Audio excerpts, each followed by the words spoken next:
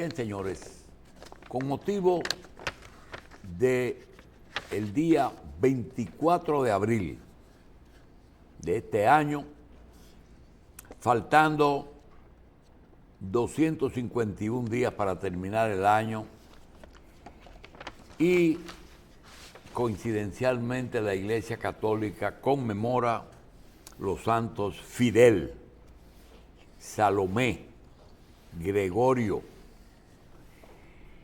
y un día que se conmemora la independencia de Irlanda, que se independizó del Reino Unido, fiesta nacional en Israel, 24 de abril, Día de los Ayuntamientos, Día de la Fraternidad Dominicana, y el 24 de abril se cumplen 59 años de la Revolución Constitucionalista del 24 de abril del 65.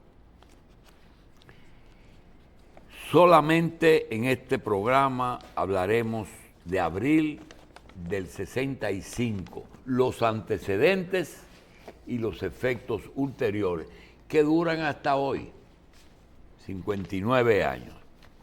De modo que nadie mejor que la persona que más ha escrito sobre el tema en República Dominicana y que mejores actores o testigos ha podido entrevistar, lo es Víctor Manuel Grimaldi Céspedes. Además de que Víctor y quien les habla, teníamos en esa fecha del 65 más, por lo menos yo tenía más de 20 años, tenía 25, Víctor no lo había cumplido. No había cumplido 20 años. 15 años de edad. 15 años. Pero tenía conciencia política. De modo que nadie mejor que Víctor, que luego se dedicó a investigar todo el evento en que nosotros vamos a tratar de llevarle a las nuevas generaciones una versión fidedigna, que justamente Víctor es que va a trazar la pauta. Él sabe perfectamente cuáles fueron las causas que ocurrieron. Personalmente tengo mi versión, pero esta no es una exposición nuestra. Yo tengo mi versión del origen de la revolución, tengo la versión del estallido y tengo la versión de los diferentes caminos que tomaron la revolución después del 24. Es decir, que no es lo mismo un 24 que Peña Gómez hace una alocución, no es lo mismo un 25 y 26 de un pueblo que busca la reposición de la constitucionalidad, y no es lo mismo un 28 que desembarcan tropas norteamericanas con sus razones y sus motivos. Vamos pues a darle a Víctor Grimaldi.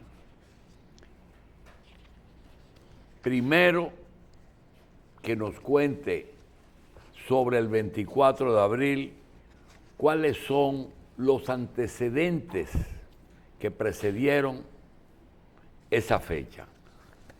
¿Qué estaba ocurriendo en el país y por qué ocurrió ese evento? Víctor, gracias. Adelante.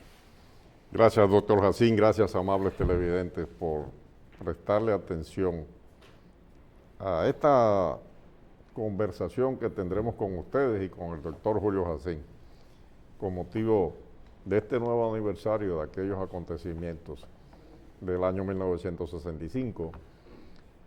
Yo he sostenido escribí un artículo hace poco, he escrito varias veces, que lo que sucedió a partir del 24 de abril del año 1965, que fue un levantamiento militar organizado, porque fue organizado, con la participación de militares y de civiles, gente que no era militar, es el acontecimiento más importante del siglo XX. Pero además, Ve a comer ahora tú. he escrito, y en una gran asamblea que se celebró en el año 2008 en los salones de la Asamblea Nacional, que es donde los senadores y los diputados de la República se reúnen, en ese gran salón, cuando el licenciado Julio César Valentín era el presidente de la Cámara de Diputados, sostuve ahí que el verdadero día de la libertad, y que así debemos celebrarlo, es el 24 de abril del año 1965. ¿Por qué sostengo ese criterio? Se ha llamado desde el año 1962 al 30 de mayo de 1961, a esa fecha se le ha llamado, desde el año 1962, el Día de la Libertad. Pero en realidad, el 30 de mayo y el día que le siguió, el 31 de mayo de 1961, y los días siguientes de junio y de julio, no fueron días de libertad, fueron días de lucha realmente. Y la plena libertad, dentro del concepto del Estado de Derecho y de libertades y respeto a cada ciudadano, a cada ciudadana, eso ocurrió en el gobierno de 7 meses del profesor Juan Bosch, que fue electo el 20 de diciembre de 1962. Esto fue malogrado, este proceso de libertades, por el golpe de Estado del 25 de septiembre de 1963. Y el levantamiento militar y civil que comienza el 24 de abril de 1965, ese día, el 24 de abril, es el día de recuperación del espíritu de la libertad, es el verdadero día de la libertad, porque en ese momento el pueblo dominicano en todo el país festejó esa tarde en que se anunció el levantamiento militar y en los días siguientes, el espíritu de la libertad. Por eso, esa fecha, 24 de abril, que siempre ha sido destacada, pero no se le ha dado la importancia que se le ha dado al 30 de mayo de 1961. El 30 de mayo de 1961 se produjo un acto heroico, indudablemente. Y ese día, en la noche, fue eliminado Rafael Leónidas Trujillo Molina, que controló el poder durante 31 años en la República Dominicana. Pero la mayoría de los involucrados directamente en este episodio terminaron como mártires, en realidad. Y es después que el pueblo dominicano termina de asumir verdaderamente lo que significa el ejercicio de sus derechos y de sus libertades en ese proceso que se vive a plenitud en el gobierno del profesor Juan Bosch, que se inaugura el 27 de febrero y concluye con el golpe de Estado del 25 de septiembre de 1966. El 24 de abril de 1965, después de la dictadura del triunvirato, el pueblo dominicano asume la lucha por la libertad, y por eso el 24 de abril es el verdadero Día de la Libertad. Sin el 24 de abril, hoy no estuviéramos en la República Dominicana disfrutando de todas las libertades, derechos sociales que se han adquirido y todo este sistema democrático que existe en la República Dominicana, con sus virtudes y con sus defectos, como todo en la vida. Porque lo que ocurrió el 30 de mayo de 1961, que fue muy importante, fue después asumido y manipulado por un sector de la sociedad dominicana que pretendió, a través de la utilización del magnicidio, de la eliminación, del ajusticiamiento de Trujillo y el desplazamiento de su régimen, pretendió imponerse y establecer otro tipo de dominio durante 30 años más por lo menos. Sin embargo, lo que evita que eso suceda finalmente, porque el golpe de Estado contra Juan Bosch y sus consecuencias inmediatas fueron el ejercicio y usufructo del poder por ese sector. Ese sector pretendió dominar la economía, la sociedad, las libertades y todos. Instaló una dictadura en la República Dominicana y pretendió manejar de una manera oligárquica la sociedad dominicana por decenios, pero no pudo gracias a la organización del movimiento que desplazó a ese régimen golpista del triunvirato, que fue desplazado el 24 de abril del año 1965. Esa es mi tesis, doctor Julio Jacín, y a partir de ahí sí podemos entrar en acontecimientos muy específicos, en hechos que se fueron sucediendo. A partir del 24 de abril tenemos imágenes, fotografías, podemos hablar de los antecedentes y de todo lo que usted quiera preguntar. Yo creo que Víctor Grimaldi tiene suficientes publicaciones y muchas por hacer, porque cada día se nutre y lo nutren más con material gráfico. Pero hoy 24 de abril nos gustaría, así como él tiene una tesis hoy interesantísima, que podemos o no compartir, y es que el tema y se inicia con la elección de Bosch, el golpe de Bosch y el intento de reposición de Bosch. Y el origen del problema, que clases poderosas dominicanas, diferentes, y que en cierta forma convivieron con Trujillo, pero no fueron parte del régimen, trataron de imponer otro régimen saliendo de Bosch porque sus candidatos no resultaron ganadores en las primeras elecciones. Eso fue intervenido o suspendido por un elemento político con que nadie contaba, y es Estados Unidos. Cuando Estados Unidos estudia el movimiento y ve dos elementos: división de las Fuerzas Armadas y presencia de comandos que no son de su confianza, pensaron que pudo haber sido un nuevo frente revolucionario similar al de Cuba. Y eso fue lo que, a juicio nuestro, conllevó a la intervención, independientemente de las causas originales del golpe y de lo que se pueda decir.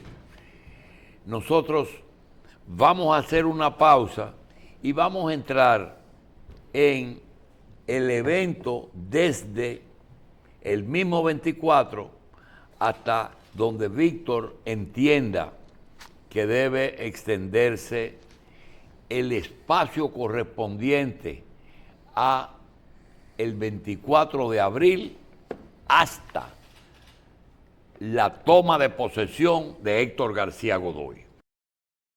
Con motivo de este 24 de abril, que advierto que este espacio Se verá también en días subsiguientes al 24, en interés de que algunas personas, por las diferentes vías, puedan pues ver la versión de un testigo que tuvo además la oportunidad de conversar con actores y escribir varios libros sobre la revolución.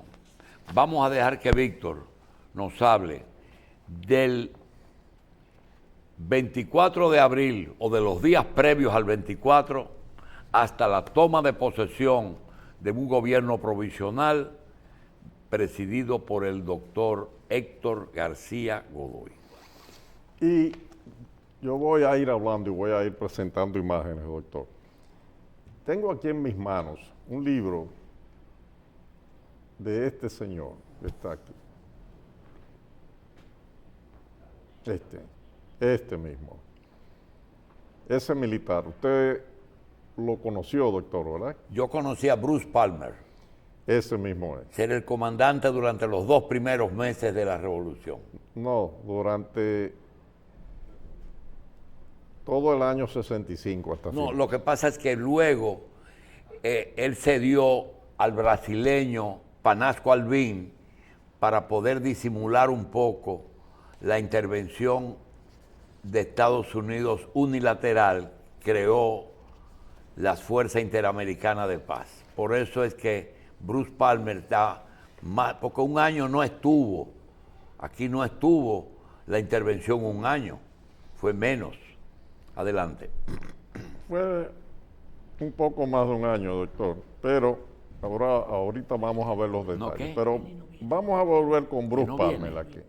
Mire, doctor, este es un libro escrito por Bruce Palmer, que fue el comandante de las tropas americanas.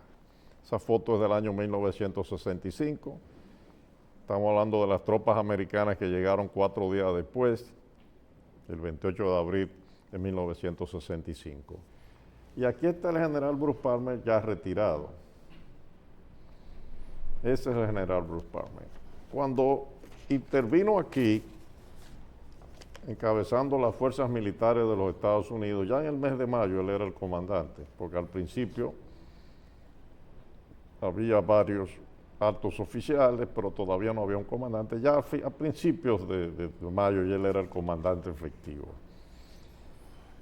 ¿Dónde está él en este momento? Porque siempre hay que volver atrás en la historia. Fíjense ese letrero que está al lado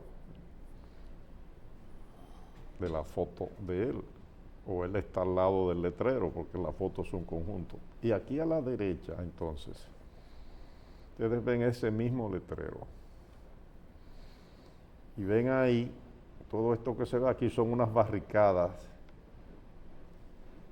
de sacos de arena. Y después jeeps y un vehículo ya grande de las Fuerzas Armadas norteamericanas. ¿Usted sabe dónde se tomó esa fotografía, doctor? Que no pertenece al libro de él, yo la pongo ahí, pero es de otro libro, que se llama Los Estados Unidos y Trujillo. Esta foto es de ese otro libro. Pero donde está Palmer es de este libro, un libro que él escribió, que se llama Intervención en el Caribe, la crisis dominicana de 1965, General Bruce Palmer Jr. Su papá fue también militar. Bueno, esta era, doctor, una residencia que desapareció, que la tumbaron después. Ahí vivía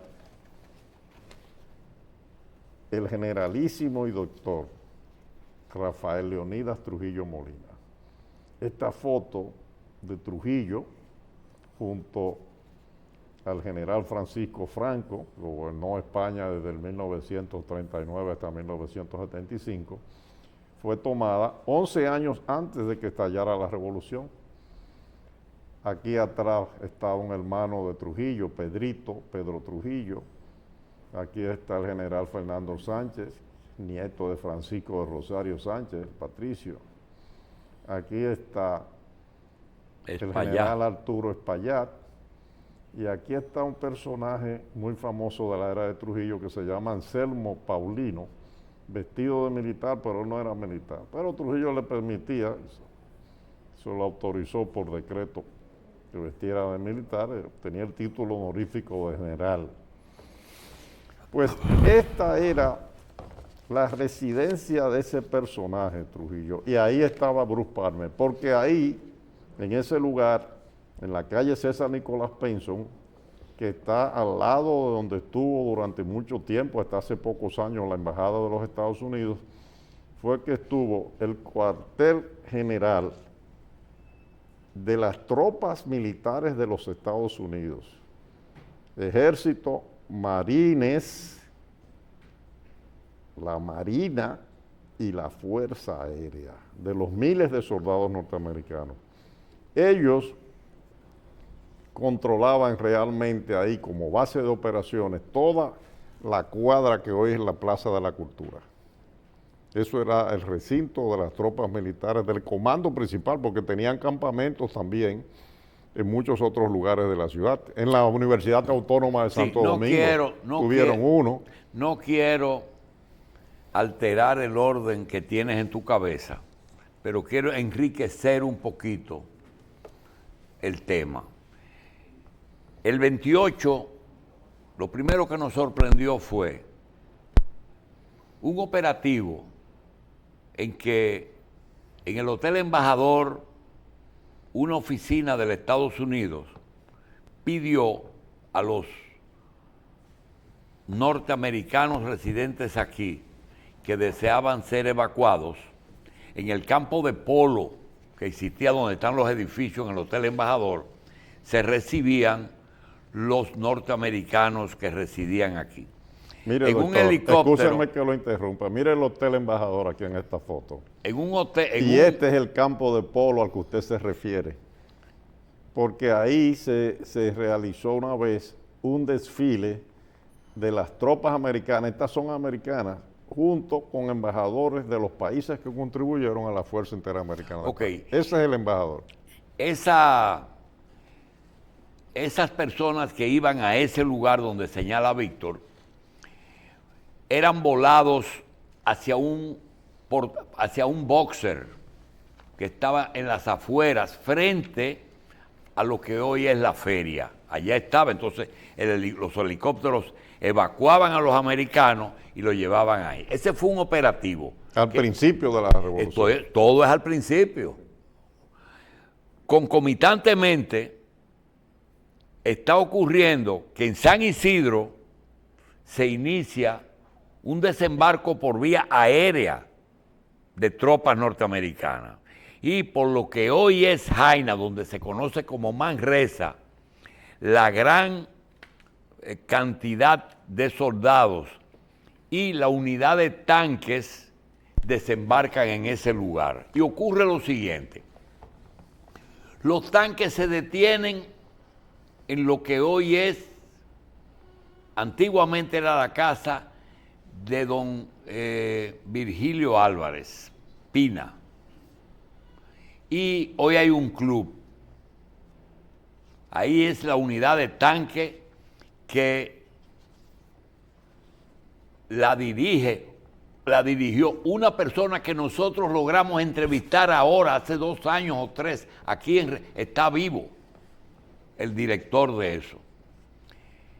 Y la unidad terrestre y aérea se alojan en lo que hoy es el Hotel Jaragua, pero en el frente de la Avenida Independencia. Ahí se inicia el primer cuartel general de Bruce Palmer.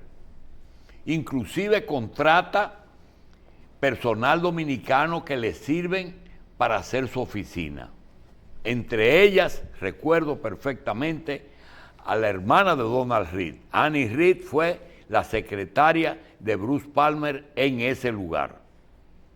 En ese lugar también, cuando se llega a un acuerdo y las fuerzas interamericanas, se embarca en un helicóptero el coronel Camaño, que es conducido al aeropuerto de las Américas por un acuerdo y una aceptación de él. De manera que teníamos los tanques en la autopista de 30 de mayo, teníamos el Hotel Jaragua y al lado de la Embajada de los Estados Unidos estaba el principal cuartel de Bruce Palmer, que fue el que mostró en la antigua casa de Trujillo. Hoy es la Plaza de la Cultura, donde está la Biblioteca Nacional y donde está detrás el Museo del Hombre. En ese lugar. Exactamente, precisamente donde está aquí el general Bruce Palmer, y se ve también al lado, en esta otra fotografía, la casa. Ahí estaba la casa de Trujillo y ahora está la Biblioteca Nacional República Dominicana. No, Pedro Enrique Sureña está en ese lugar. Bueno, doctor, todo esto porque Palmer, en este libro, el general Palmer, habla de los orígenes de la Revolución del 65. Y él comienza diciendo que los orígenes de la Revolución del 24 de abril del 65 están relacionados con los primeros años del siglo XX, de los 1900, cuando los Estados Unidos, una y otra vez, intervinieron en la región del Caribe para proteger sus intereses nacionales, doctor, los intereses nacionales de los Estados Unidos, sus objetivos estratégicos y políticos y económicos. Y que eso sucedió, según dice el general Palmer, después que España abandonó finalmente lo que le quedaba en la región con motivo de la guerra entre los Estados Unidos y España en el 1898. Ahí no da la fecha del 98, pero a eso se refiere. Después habla del Canal de Panamá, lo que pasó en la Segunda Guerra, las intervenciones en los años 20, lo que pasó en los años 30, en fin, que este militar que comandó las tropas norteamericanas aquí tenía una concepción, un criterio, un conocimiento de la historia, lo que indica que los Estados Unidos de América, cuando intervinieron a partir del 28 de abril para evitar que fuera restituido el gobierno constitucional, ellos y sus militares, naturalmente, tenían muy claro qué era lo que estaban haciendo en la República Dominicana. Víctor. Cerca de aquí estaba Cuba, había comenzado un proceso revolucionario en 1959, pero los Estados Unidos también estaban en competencia con la rivalidad del bloque socialista que encabezaba la Unión Soviética, la famosa Guerra Fría que había comenzado después de la Segunda Guerra Mundial, que terminó en 1945. De manera pues que la revolución de 1965, el estallido militar y civil del 24 de abril, es en el marco de una situación geopolítica mundial, de una situación muy concreta con raíces históricas que se produce, y es un acontecimiento que conmueve no solo a la República Dominicana, sino a América Latina y al mundo. Y por eso los Estados Unidos, defendiendo sus intereses, intervienen para evitar que se restablezca el gobierno constitucional. Bien. Con el pretexto de que, como dijo el doctor Jacín, había gente que no controlaban. Pero fue simplemente un pretexto porque se trató de un esfuerzo de civiles y militares dominicanos por restablecer el sistema democrático. Bien. Yo creo que debieron haber hecho lo que están haciendo ahora en Ucrania, o sea, defender la parte democrática del proceso. Los verdaderos demócratas eran los constitucionalistas. Eso es indiscutible.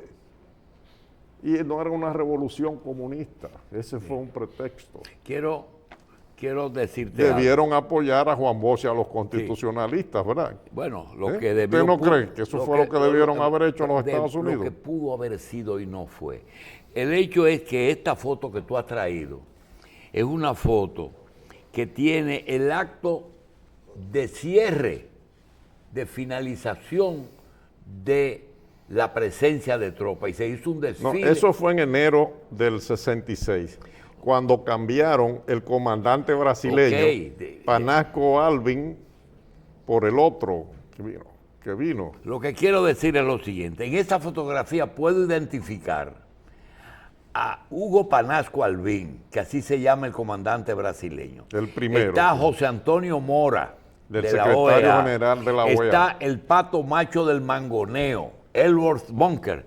Pero te tengo algo que trajiste, y es esto. Ahí se ve Ahí mejor está Bunker. quién es que fue Bunker el y embajador. Mora. Él era el embajador de los Estados Unidos Que ante la Organización de Estados Americanos, OEA. Y Fue el que encabezó a partir del mes de junio de 1965 la comisión negociadora entre el gobierno de Francisco Alberto Camaño Deñó y los Estados Unidos. Porque con el gobierno de Reconstrucción Nacional, que era un gobierno ficticio que encabezaba Antonio Inver Barrera, no hubo ninguna negociación. El gobierno del presidente Camaño, con quien negoció realmente, fue con los Estados Unidos para buscarle ya una salida diplomática, negociada, a la intervención para que las tropas ya se retiraran y el país volviera de nuevo al curso de los procesos políticos. Cuando Estados Unidos convence a la OEA de que debió ser una fuerza interamericana, se llamaba la FIP, Fuerza Interamericana de Paz, nombran a un comandante brasileño que aquí lo puedes ver porque lo recordamos porque tenía un sobrepeso, era un señor gordo siendo general. Y ahí tú tienes a Hugo Panasco Alvim con el representante de la Organización de Estados Americanos. Bien, tenemos que, como señalábamos, cada día pues surgen más informaciones, y Víctor pues tiene un libro que parece que lo tiene cautivado, que es un libro de la autoría de Bruce Palmer. De Bruce Palmer nosotros tenemos algunos recuerdos que nos dieron dos muchachas, en esa época muchachas, que trabajaron para él como secretarias. Una de ellas se casó con un ayudante de Bruce Palmer y de broma él le dijo: pero ¿por qué tú te enamoraste de mi ayudante y no de mí? Y entonces ella le contestó: general, esa es una broma, lo hago porque me enamoré de él. Murió recientemente aquí en República Dominicana el militar, que tenía un hermano, Víctor, militar, que era el que estaba apostado en el techo de los molinos dominicanos, un hermano de él. Te dejamos continuar con tu exposición después de esa... Sí, vamos a la cronología, doctor. La revolución, el levantamiento cívico y militar se inicia el 24 de abril. Usted contó algunas anécdotas de lo que pasó, la gente, sobre todo americanos, ciudadanos americanos que se refugiaron en el Hotel Embajador, lo trasladaban al portaaviones Boxer en las afueras por helicópteros. Un tema que no quiero que pase, si vamos a lo cronológico, fue que inmediatamente se instalaron los cuarteles, se estableció un corredor. Sí, vamos a eso ahora. Entonces, el 25 ya se ha juramentado como presidente de la República Provisional el presidente de la Cámara de Diputados, que era Rafael Molina Ureña. Pero la parte de las Fuerzas Armadas que estaba en San Isidro bombardeó el Palacio Nacional. ¿Pero por qué? Bueno, porque hubo un intento de crear una junta militar entre los soldados constitucionalistas y el grupo de San Isidro que se resistía a que Juan Bosch fuera de nuevo reinstalado en el Entonces, poder. había una diferencia, Víctor, de criterio. Unos querían una junta militar para elegir un gobierno que haga unas elecciones y el otro quería la reposición del profesor Bosch. Correcto. Y esa fue la causa de la división. Correcto, pero déjeme darle una información que me la dio el presidente Joaquín Balaguer. Yo le pregunté al presidente Joaquín Balaguer una vez en su casa, en una conversación, porque él estaba desde el mes de marzo del año 1962 viviendo fuera, no lo dejaban entrar al país. Y Juan Bosch también. Juan Bosch fue exiliado, sacado del país después del golpe de Estado del 25 de septiembre del 63. Los dos estaban fuera. Y tanto seguidores políticos como militares de Joaquín Balaguer, como civiles y militares de Juan Bosch, se reunían dentro y fuera del país.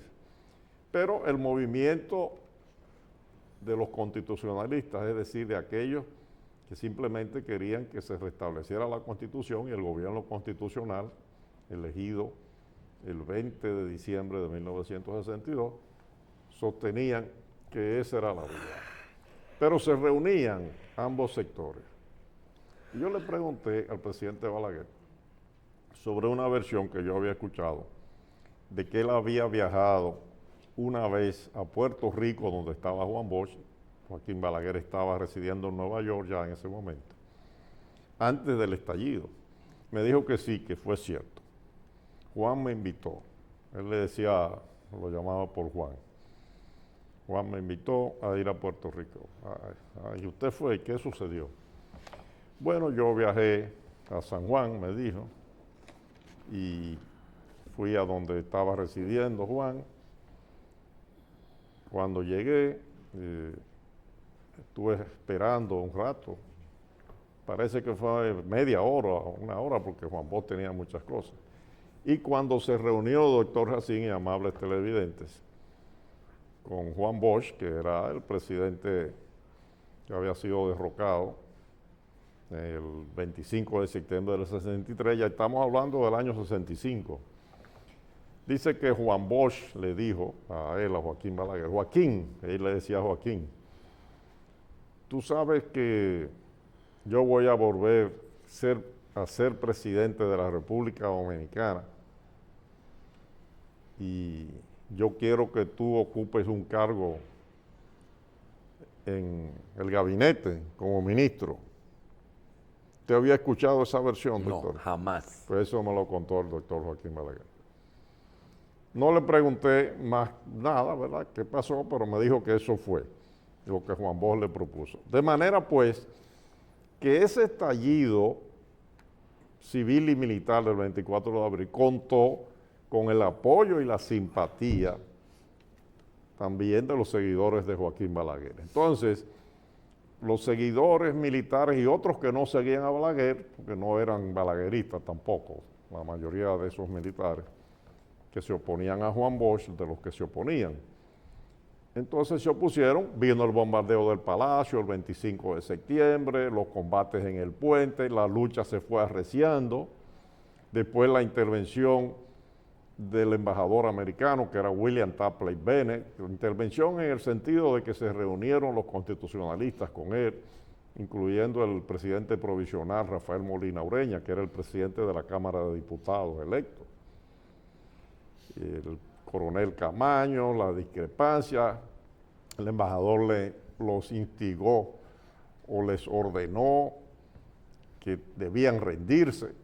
Esa era la posición de William Tapley Bennett. Bueno, se siguió combatiendo, se produjo la intervención a partir del 28 de abril y ya a principios de mayo era una presencia masiva de miles y miles de soldados de los Estados Unidos. Como usted señaló, se estableció un corredor por la ciudad que venía desde la base aérea de San Isidro, pasaba por lo que era la calle Amado García Guerrero, que ahora es 27 de febrero, todas esas horas, y bajaba ya por la zona de la embajada americana, etc. los combates siguieron porque las Fuerzas Armadas naturalmente se dividieron y hubo una participación activa de los asesores militares a favor de quienes estaban en contra de los constitucionalistas encabezados por Francisco Alberto Camaño Deñón. Hay una figura que se llama Rafael Tomás Fernández Domínguez, pero todavía en ese momento él no estaba en el país, no había podido ingresar, estaba en Puerto Rico, y él fue el organizador del movimiento constitucionalista. Y también el coronel entonces Miguel Ángel Hernando Ramírez también fue de los organizadores, y muchos otros oficiales. El jefe militar de la conspiración contra el triunvirato para reponer el gobierno fue Hernando Ramírez. Sí, pero Hernando era el que estaba aquí. Sí, pero le pasó algo, que Hernando se enfermó Ramírez de hepatitis. Tuvo una hepatitis muy fuerte y tuvo que internarse. Entonces ocupó su lugar Camaño. Bueno, la cuestión es que las fuerzas que combatían a los constitucionalistas se fortalecieron con la presencia norteamericana. A mediados de mayo realizaron lo que se llamó la Operación Limpieza en la zona norte de la ciudad, y ahí intervino ya una comisión desde el principio de mayo, una comisión mediadora de la Organización de Estados Americanos, a la cual se integró después, a finales de mayo y en junio ya, ese embajador, Edward Bunker, que era el embajador, que está aquí, Bunker, Edward Bunker, le decían los constitucionalistas, el pato macho del mangoneo, para negociar una salida a la situación. El 15 y el 16 de junio del año 1965, las tropas dirigidas por Palmer, realizaron ataques masivos a las zonas constitucionalistas y tanto civiles como militares resistieron. Siempre se ha dicho que fue para presionar a los constitucionalistas para que negociaran. 2 meses después, ya a finales del mes de agosto, ya las negociaciones se intensificaron, llamémosle así, a ese proceso de negociaciones, y finalmente a principios de septiembre se firmó un acuerdo, pero el acuerdo se firmó con el gobierno constitucional de Camaño, que había sido juramentado a principios del mes de mayo como presidente de la República por el Congreso Nacional reunido, y a sugerencia de quien era hasta ese momento el presidente constitucional de la República, que era Juan Bosch. Juan Bosch dio paso, por sugerencia de él, cedió sus facultades constitucionales a Camaño y fue electo por el Congreso, se reunió en un lugar de Ciudad Nueva con quórum, doctor. Esas son algunas de las, digamos, los detalles así importantes, relevantes que nos dieron ahora. Hay algo que yo quisiera señalar. Cada episodio que narra Víctor conllevaría a una historia que podría señalarse como larga. Por ejemplo, si se toman los gobiernos que surgieron desde el golpe de Estado que se le dio a Donald Reed hasta la instalación de García Godoy, habría que hablar de Molina Ureña, de Francisco Alberto Camaño, de por qué Molina Ureña y no Papá Casanova, que era el Senado, del gobierno de Antonio Inver, y todo eso de Bartolomé Benoit en la fuerza, fueron 5 o 6 gobiernos no constitucionales, o por lo menos que ocurrieron en unos cuantos meses. Eso es una cosa. La otra es, si usted toma la etapa de negociaciones con la OEA, Estados Unidos, cuáles eran los sectores y quiénes se barajaron aquí para presidentes provisionales. Víctor tiene libros que nos habla de cómo llega García Godoy, hasta se habló de Antonio Guzmán en esa época como provisional. Sí, con Es relación decir, a cada tema, bueno, lo que quiero insistir es que cada tema... Sí, con relación conlleva... a la legitimidad de la gobernanza, llamémosle Exacto. así, del país, es interesante el detalle siguiente. A finales de abril, los militares de San Isidro entonces crean una junta militar encabezada por Pedro Bartolomé Benoit, que usted lo menciona, y esa es la que le pide, digamos, entre comillas, a los Estados Unidos que intervengan. Sobre la base de esa petición es que se produce entonces la llegada de las tropas norteamericanas. Pero en el mes de mayo, ya después de la operación limpieza, 15, 16, 17, 18, 19 de mayo, después de ahí es que fracasa una negociación que se estaba produciendo para poner un gobierno provisional encabezado por don Antonio Guzmán. Don Antonio Guzmán había sido el secretario o ministro, en esa época era ministro de Agricultura del gobierno constitucional del profesor Juan Bosch. Y fue la llamada fórmula Guzmán. Pero esa fórmula fracasó porque pretendían imponerle al gobierno de Antonio Guzmán que tenía que sacar a los jóvenes revolucionarios del país llamados comunistas o ponerlos en un campo de concentración. Antonio Guzmán se negó a aceptar esa solución. Mire, doctor, el gobierno de Antonio Inver Barrera, que tenía su sede en la feria, fue un gobierno creado a sugerencia de John Barlow Martin. John Barlow Martin fue el embajador de los Estados Unidos desde el mes de marzo del año 1962 hasta el golpe de Estado contra Juan Bosch. Aquí en el libro de Bruce Palmer, del general Palmer, hay esta fotografía, está esta foto, muy interesante.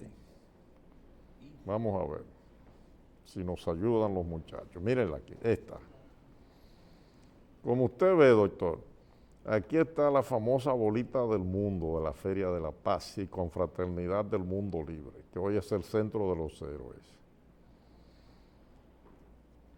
Y fíjese la gente que está aquí en una manifestación de apoyo al gobierno del general Antonio Inver, que era el gobierno de reconstrucción nacional. Eso fue un gobierno instalado a sugerencia de John Barlow Martin para contrarrestar el de Camaño. Pero ahí no hay tanta gente en ese meeting. Si se cuentan, ahí lo que puede haber son 3 o 4 mil personas ahí, en esa zona. Fíjense cómo están los espacios vacíos. Ahí está la avenida George Washington.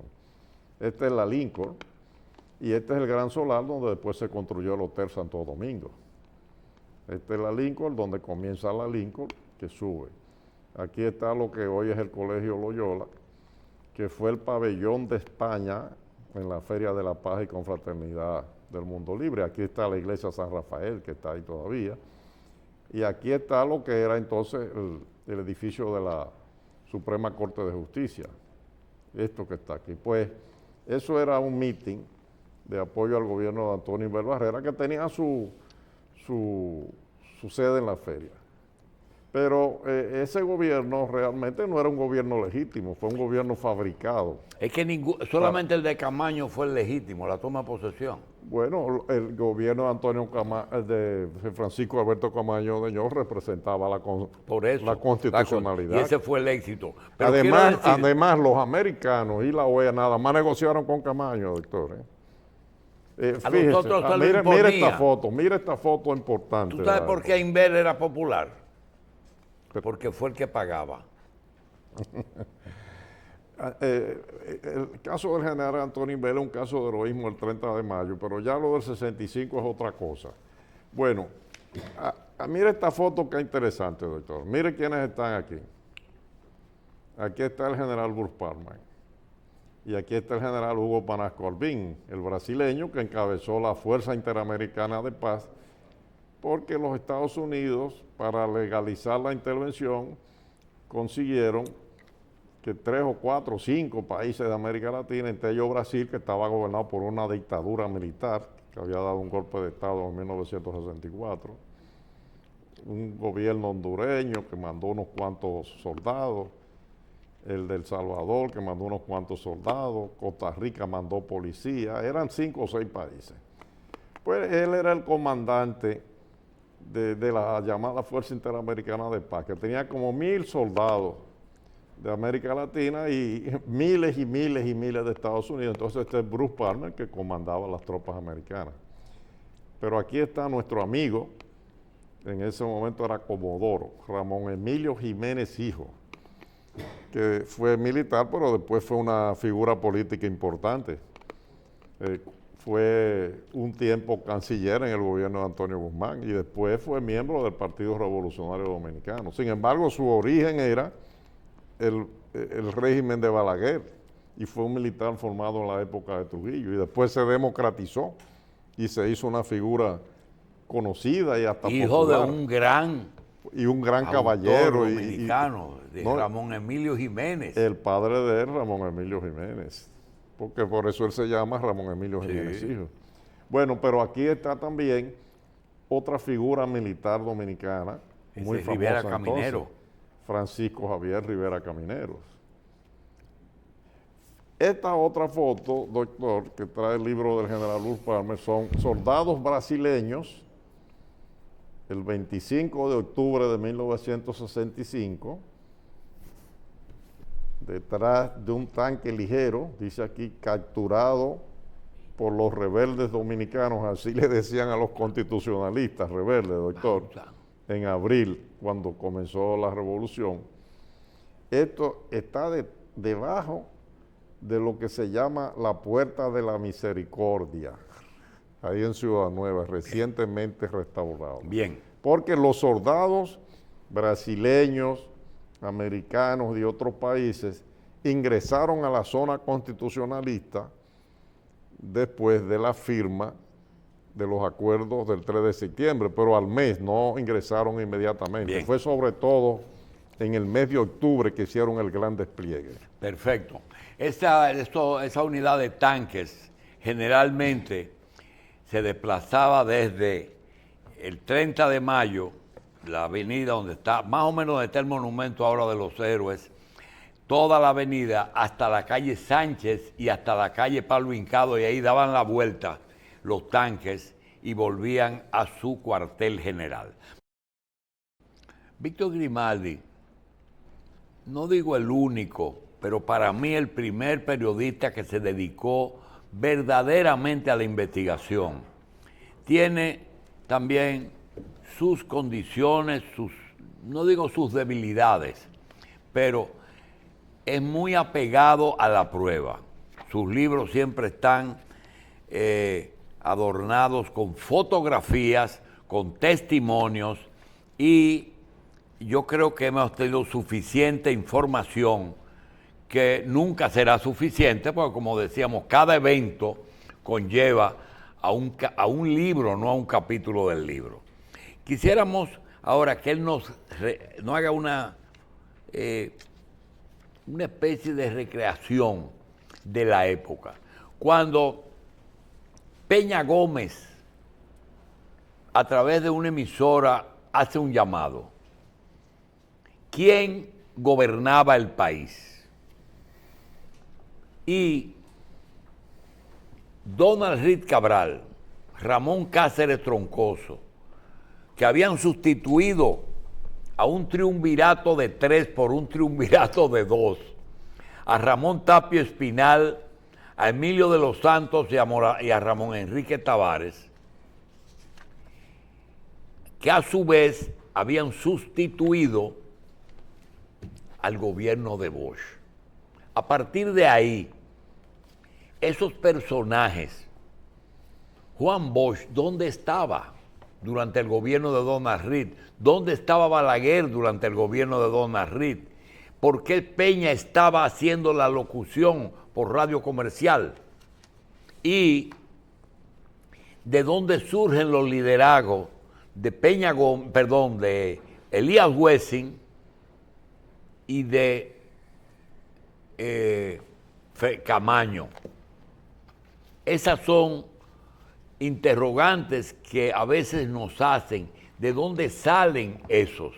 Y finalmente, ¿qué papel hace la izquierda que le produce a Estados Unidos la necesidad de publicar los 50 comunistas más destacados que estaban dentro del movimiento? Bueno, en cuanto a los militares, Francisco Alberto Camaño Deñó, pro Bosch, constitucionalista, y el general Elías Wessing y Wessing, de las fuerzas rivales de Camaño, son nuestros oficiales de las Fuerzas Armadas Dominicanas, de la época de Trujillo, de la oficialidad de la época de Trujillo. Camaño era hijo de Fausto Camaño, uno de los generales de Trujillo, pero el general Elías Wessing fue un soldado que ya era teniente a finales de los años 40, después de la Segunda Guerra, y fue ascendiendo en el escalafón. Por diferencias políticas e ideológicas, bueno, se vieron enfrentados, pero fueron antes amigos. El general Wessing terminó siendo político, creó un partido político, fue sacado por las tropas de los Estados Unidos en el mes de septiembre de 1965, vivió en el exilio y después retornó en el gobierno de Balaguer. Esa es otra historia que podemos hablar en otro día, en otra ocasión, la del general Wessing. Pero en cuanto a los dos principales líderes políticos que tenía el país, habían sido exilados los dos y tenían la antipatía de quienes pretendieron quedarse con el poder por decenios después de la muerte de Trujillo. Ese grupo que manejó el Consejo de Estado, un Consejo de Estado que crea el presidente Balaguer en diciembre de 1961, pero que lo saca a él del poder en enero de 1962. Esos personajes que dominaban ese Consejo de Estado, que están después detrás del gobierno que se instala después del golpe de Estado a Juan Bosch. Yo no digo que ellos dieron el golpe de Estado, digo, se produce el golpe de Estado que dan las Fuerzas Armadas. Ya hemos hablado de ese golpe, cómo se produjo. Ellos son los que dominan y tienen sus representantes, crean un triunvirato. Sí, pero perdóname, perdóname. Hay algo que Víctor Grimaldi señaló en el inicio de este programa, y es un intento de una clase que trató de sustituir con otra forma de imposición de poder a Trujillo.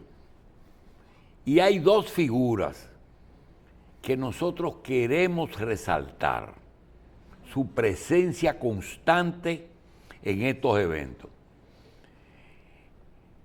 Conocí a un subdirector de la Dirección General de Cédula Personal de Identidad con nombre de Inver Barrera, Antonio Inver Barrera. Y el día que es muerto Trujillo, su asistente me comunica: don Antonio está en el complot. De ahí en adelante todo el mundo sabe que Antonio Inver perteneció al Consejo de Estado, estuvo detrás del golpe porque acompañó a Bosch al barco, fue quien lo acompañó para sacarlo del país, y luego fue miembro, presidió el gobierno de Concentración Nacional, de Reconstrucción Nacional, el que estaba en la feria. Es decir, Antonio Inver tiene un hilo de continuidad en la vida dominicana, que si usted lo busca está detrás de todos los presidentes que tomaron posesión después del 66. Y la otra persona que estuvo miembro del Consejo de Estado y después presidente de el triunvirato, el doctor Donald J. Reed Cabral. Hay personajes que representan un sector importante y que no sabemos por qué nunca fueron ni señalados ni motivos de análisis. Bueno, en el caso de Antonio Inver Barreras, Antonio Inver Barreras participó en la ejecución, ajusticiamiento de Trujillo el 30 de mayo de 1961 y fue el único de los que estuvieron en la avenida, en el atentado, no en el complot, porque hubo otros que estuvieron en el complot que sobrevivieron, pero fue el único que sobrevivió. Y por tal hecho de heroísmo, cuando se crea el primer Consejo de Estado, él sale de la clandestinidad en diciembre de 1961, el atentado a Trujillo fue el 30 de mayo del 61, a él se le incluye en el Consejo de Estado. Y tanto a él como a don Luis Jamé Matío, que participó en el complot pero no estuvo en el atentado a Trujillo, a ellos dos se le dio el título de general del ejército para proteger su personalidad. Fueron parte del Consejo de Estado, pero Antonio Inver preside el llamado Gobierno de Reconstrucción Nacional por una maniobra que realiza el embajador americano John Barlow Martin, que ya no era embajador ante la República Dominicana, pero fue enviado por el presidente de los Estados Unidos. El presidente que ordena la ocupación del país es Lyndon Baines Johnson, que había sido vicepresidente del presidente John F. Kennedy. John F. Kennedy fue asesinado el 22 de noviembre de 1963.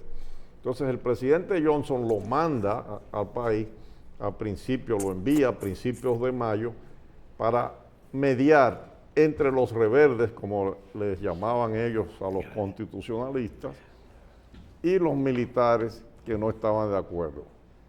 De ahí es que surge el gobierno de Antonio Inver, pero ya Francisco Alberto Camaño había sido juramentado como presidente de la República. Entonces Antonio Inver jugó ese papel en esos años, o en esos meses del año 1965, pero realmente él no tenía la autoridad suficiente. Bueno, para uno fue necesario que hiciera eso, para otros una mancha. Quizás si él hubiese desde un primer momento apoyado el levantamiento militar constitucionalista y se pone al frente de la revolución, hubiese sido hasta presidente de la República, porque hubiese ocupado el lugar que ocupó Camaño. Bueno, pero cada quien toma el camino que considera, ese fue el que él adoptó. Usted dice que después Antonio Inver siempre figuró detrás de los presidentes, es cierto, pero pagó un precio muy alto, porque como Antonio Inver estableció ciertos vínculos militares y civiles en la sociedad dominicana, cuando el presidente Joaquín Balaguer, que gana las elecciones del 1 de junio de 1966 y se juramenta al mes siguiente, el 1 de julio de 1966, asume el poder. Unos meses después, públicamente, el presidente Joaquín Balaguer le advirtió al general Antonio Inver, y lo mismo hizo quien era en ese momento el ministro de las Fuerzas Armadas, el mayor general. En esa época no tenían el título de teniente general los ministros de las Fuerzas Armadas, era mayor general, Enrique Pérez y Pérez. Los dos le advirtieron al general Antonio Inver que dejara de estar visitando los cuarteles militares. Parece que el general Antonio Inver no atendió esa sugerencia y el 21 del mes de marzo del año 1967, antes del presidente Balaguer cumplir el primer año en el poder, se produjo un atentado en la ciudad de Santo Domingo al general Antonio Inver, que estuvo a punto de fallecer. Yo lo entrevisté muchos años después, le pregunté grabando la entrevista y no quiso hablar de eso. Sin embargo, 2 años después, me invitó un día a visitarlo en su despacho en el Palacio Nacional, cuando el presidente de la República era Hipólito Mejía, y le pregunté, don Antonio, finalmente, ¿quiénes fueron los que le produjeron el atentado? Me dijo, fueron la gente de Balaguer, Víctor. Ya ahí me lo dijo todo. ¿De dónde provino ese atentado al general Inver? Bueno, pues el presidente Joaquín Balaguer, el doctor Joaquín Balaguer, que se había formado políticamente y tenía toda la experiencia de Estado en la época de Trujillo, fue embajador, fue ministro, esa época era secretario de Estado de Educación, secretario de Estado de Educación, secretario de Estado de Relaciones Exteriores, secretario de Estado, lo que hoy es ministro de la Presidencia, después vicepresidente de la República y finalmente el último presidente de la era de Trujillo,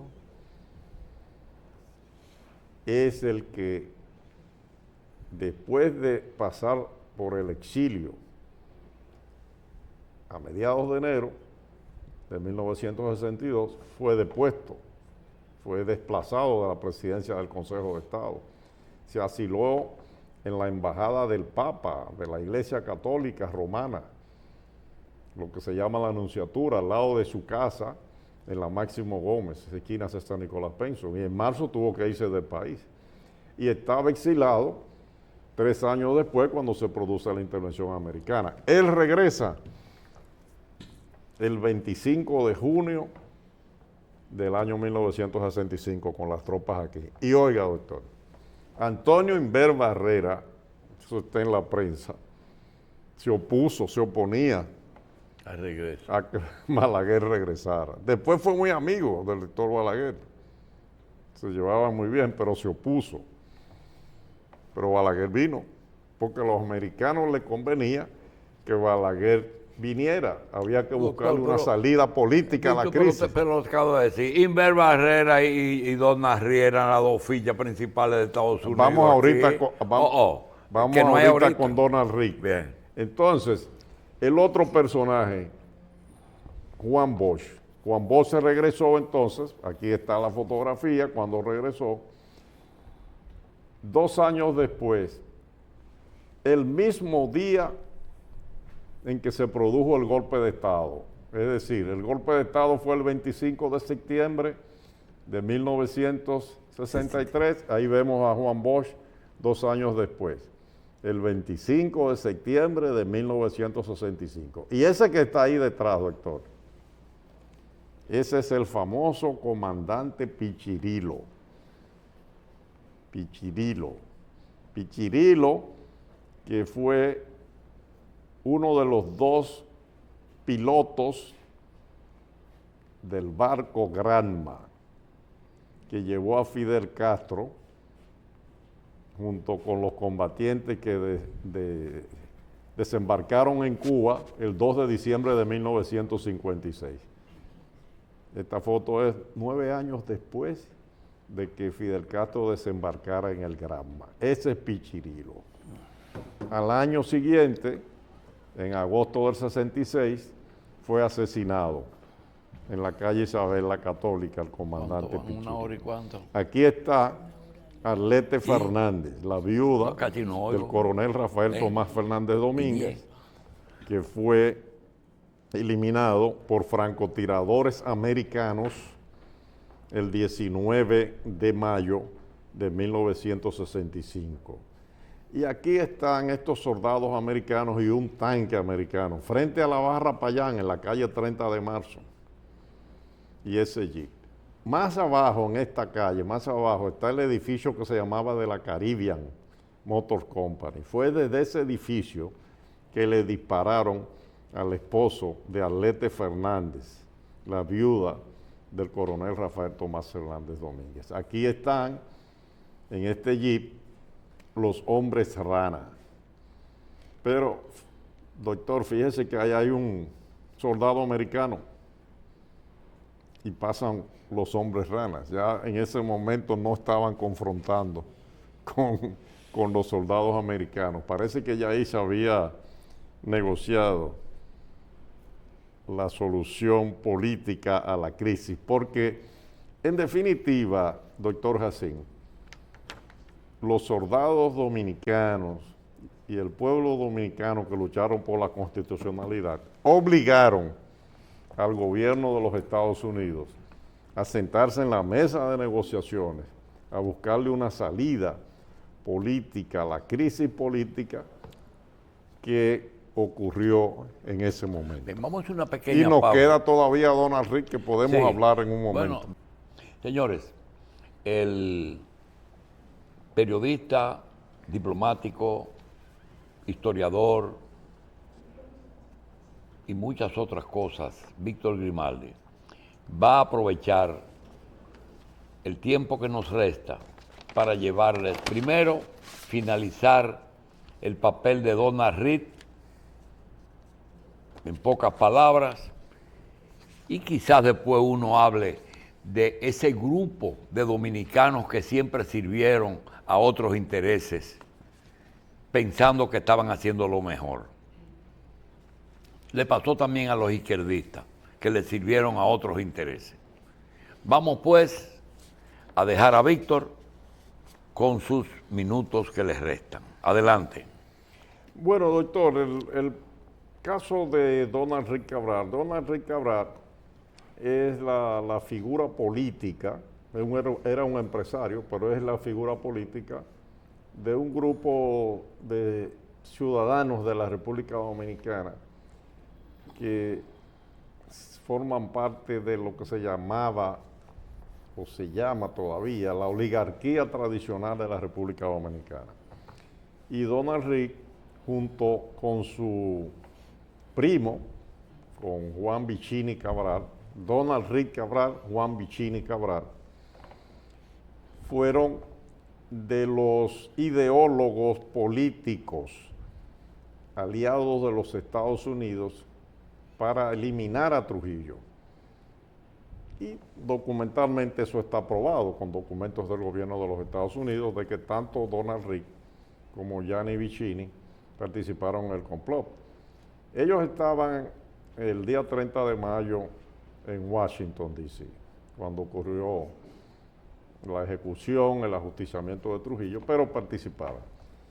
El problema de Donald Rick y de la clase social que él representaba es que ellos siempre pretendieron, una vez muerto Trujillo, de controlar el proceso político dominicano y por tanto la sociedad, porque desde el gobierno, desde la administración del Estado, se controla el Estado, todo el aparato del Estado y todas las decisiones que tienen que ver con el desarrollo en definitiva de esa sociedad. Pero se equivocaron porque ellos escogieron el camino del golpismo.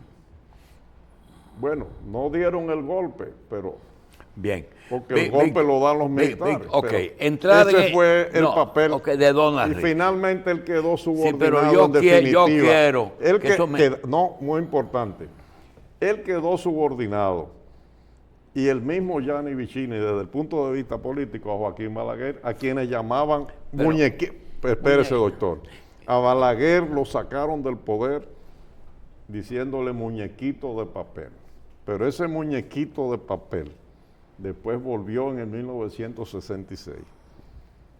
Y Donald Rick Cabral terminó siendo canciller de él. no, Nosotros podemos... terminó siendo una ficha política Ok, de Joaquín y jefe, Balaguer. O sea, nosotros- Balaguer se fue- impuso finalmente. Fue jefe de organización, pero la historia de Donald, nosotros no podemos usarla, porque yo lo que quiero es Usted me cerrar. preguntó sobre Donald. Bueno, pero ya la tenemos. Ahora, ¿qué hacemos con el tiempo?